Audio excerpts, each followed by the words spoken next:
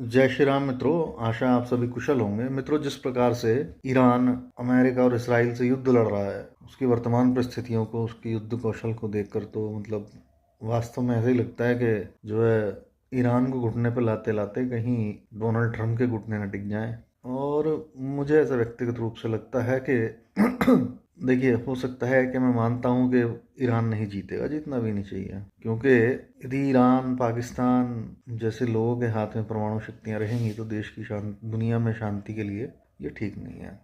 आप देख लीजिए कि स्ट्रेट ऑफ हॉर्मुज के बारे में ही क्या उद्दंडता या क्या तानाशाही ईरान की है। तो उस प्रोस्पेक्टिव से वो अच्छा नहीं है। यूक्रेन और रूस का युद्ध है, लेकिन पूरी दुनिया का पेट्रोलियम मार्ग या गैस का मार्ग या किसी प्रकार की कोई भी ट्रांसपोर्टेशन उन्होंने बाधित नहीं होने दी। उन्होंने अपने तक के युद्ध को सीमित रखा।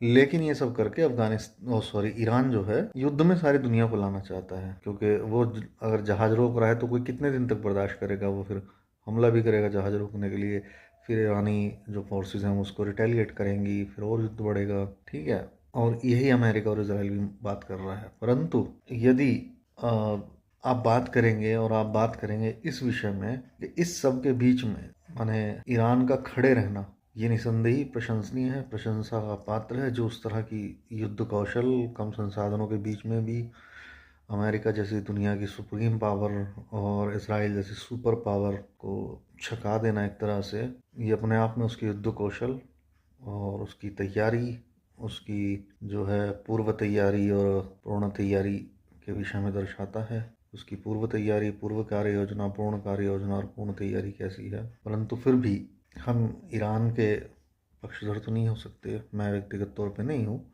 उनके लड़ने के जज्बे का हो सकता है मैं सम्मान करूँ, लेकिन अंततोगत वो हम यही चाहेंगे कि ईरान में शांति बने और ईरान जो है ये हट छोड़ दे।